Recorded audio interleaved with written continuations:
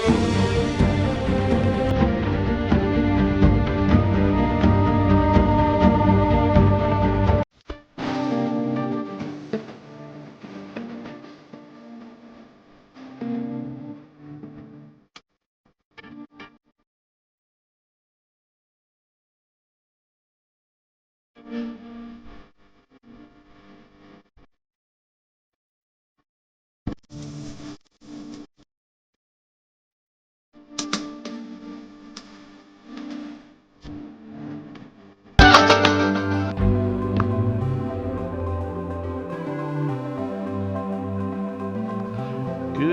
morning, everybody. It is 3 a.m. here where we are, and this is Food for Thought, Thoughts and Fit Review by Gentrics. Now, there's a lot of different topics out there, like I said before, things that I wanted to cover, but at first I had to cover ignorance in the last podcast. I know that wasn't a topic exactly a lot of people were comfortable with, but hey, some of the stuff that a lot of y'all have asked me to cover or even go over, to be fair, has been a little wonderful for me. But in the consideration of education, I plowed through it. Because there's some people out here who just don't know this stuff, or don't even stop to consider stuff like this. This is the whole point of this podcast. So, per the request of select people, I will not go into whom, I will be covering the topic of contraception today. Or for most people, as it is known, birth control. It's basically designed to prevent pregnancy. Okay, birth control methods may work in a number of different ways. Okay, from preventing sperm from getting to the eggs. Types include, the condoms that people are usually familiar with, diaphragms, cervical caps, and contraception sponges. I'll list what different types of methods there are in the next piece after a break. But continuing what I'm saying, the whole gist of it is keeping the woman's ovaries from releasing eggs that could be fertilized. Types include birth control pills, patches, shots, rings, etc.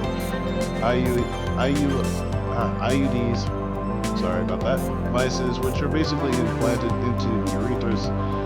They can be kept in place for like several years. Okay? There's also sterilization, which permanently prevents women from getting pregnant, or a man from being able to even impregnate a woman as well. Not really a fan of this, but I'm just letting you know what they are. Your choice of birth control should depend on several different factors, however, and that would be these: your health, your frequency of sexual activity, number of partners, the desire whether or not you actually want to have kids in the future. Your healthcare provider can also help you select the best one that fits you.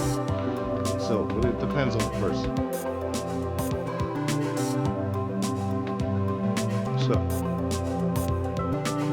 why do this? A lot of people don't want kids right away. Young people are stupidly active and they don't want to accidentally have kids too soon.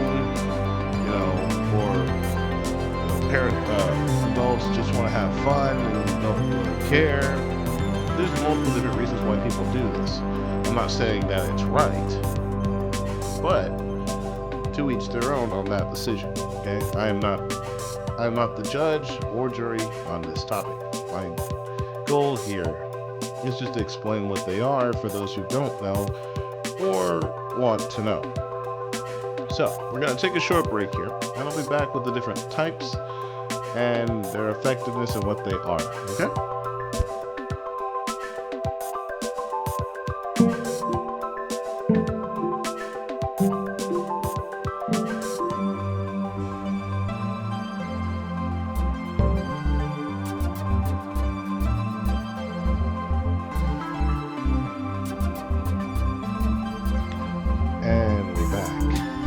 Alright, so I did say that I would be back and I list the different types of birth control there are, as well as,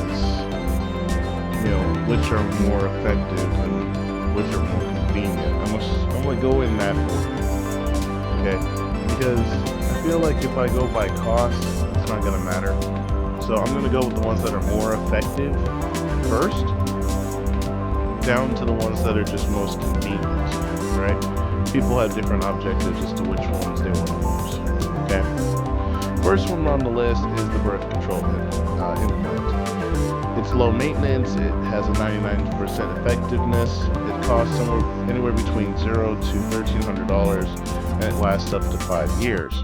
And it's the minimum amount of information I can give on each one of these, I will. Next one down from that would be the IUD. I'll go into what that is later.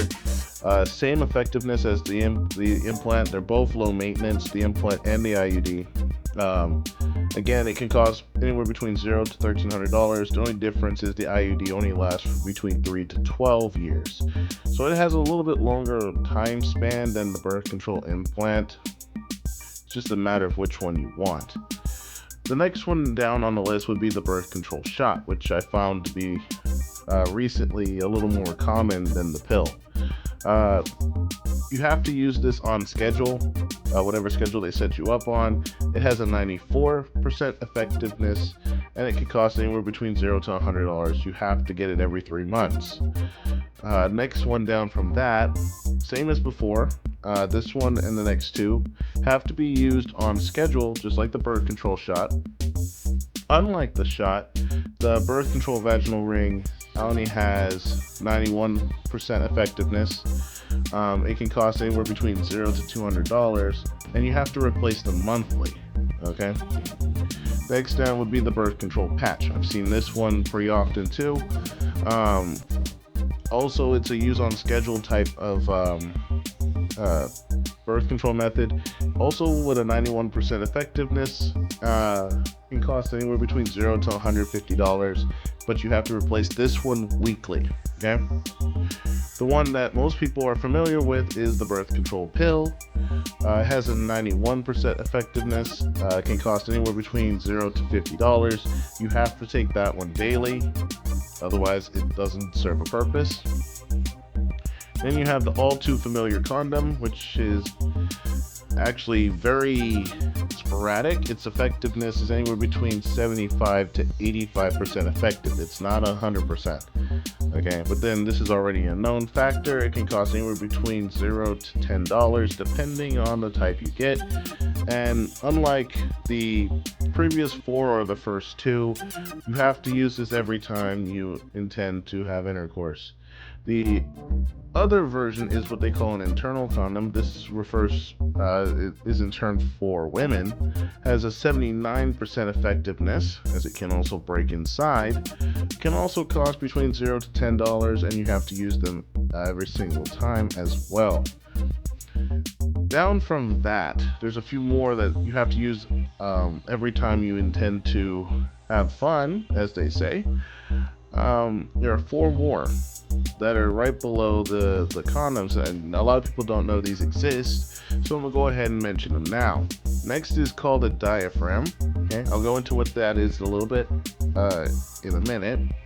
Its effectiveness is anywhere between 85 to 88%. It can cost $0 to $75. You have to use that every single time. Then there's the birth control sponge. Its effectiveness is between 76 and 88%. It can cost anywhere between $0 to $15. Next, we have the cervical cap. It has a 71 to 86% effectiveness. Can cost anywhere between $0 to $90. One that I've recently found would be the spermicide. I hate the way that sounds. It just sounds creepy.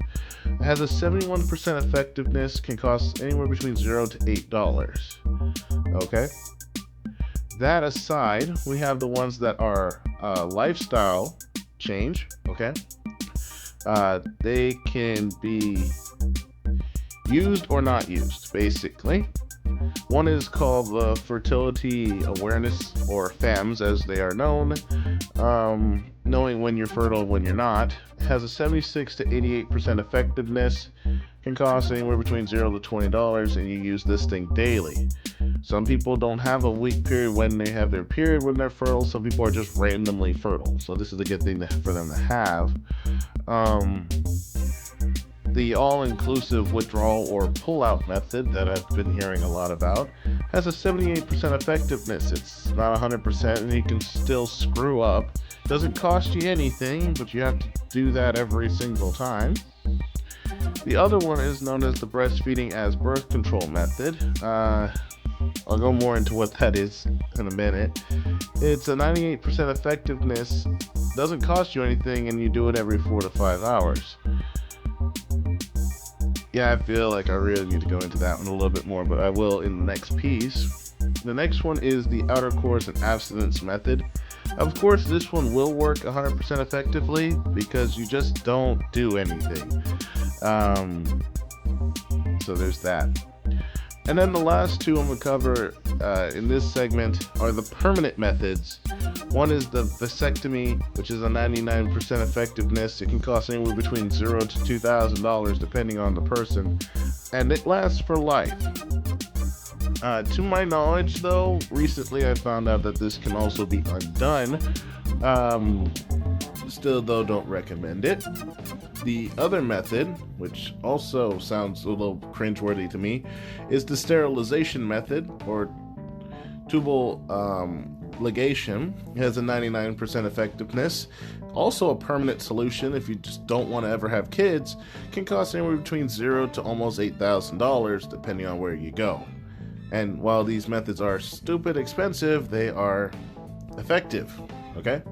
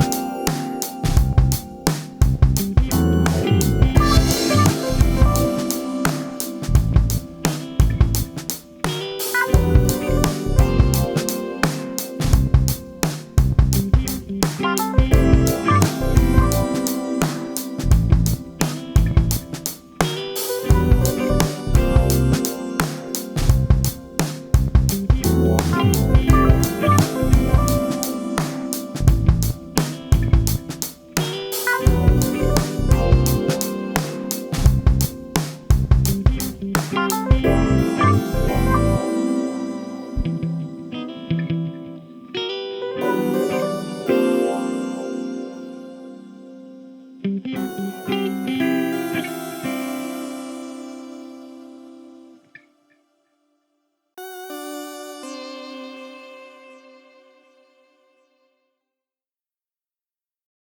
right, everybody.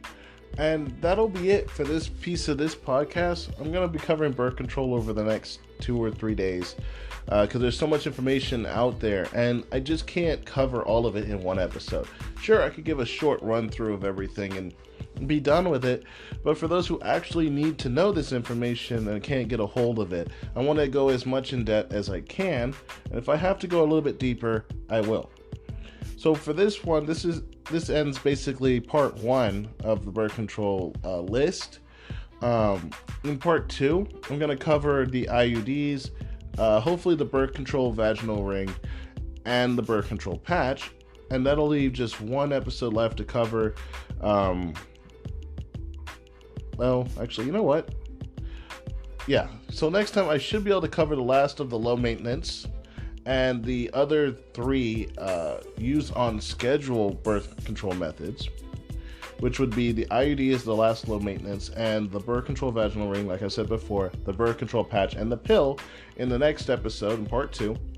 And then in part 3, I plan to finish covering both the different types of condoms, the diaphragm, birth control sponge, the cap, and the spermicide. And then we'll talk about the lifestyle changes in hopefully the 4th episode. So again, I thank you guys for listening in and sticking around with this podcast, even though it's a new year and there's a whole lot of other things that we could be talking about. But with February here and it being the month of love and Valentine's Day and such, I just want to make sure everybody's safe and secure and doing whatever it is that they do, and avoid any unnecessary complications. So again, this is Gentrics with Food for Thoughts If It Were You. If you like what you're hearing or you have any suggestions, thoughts, or concerns, hit me up on the anchor.fm /NeoGentrics site, my Facebook, Instagram, Twitter, Snapchat, whatever you have. And we'll see you next time.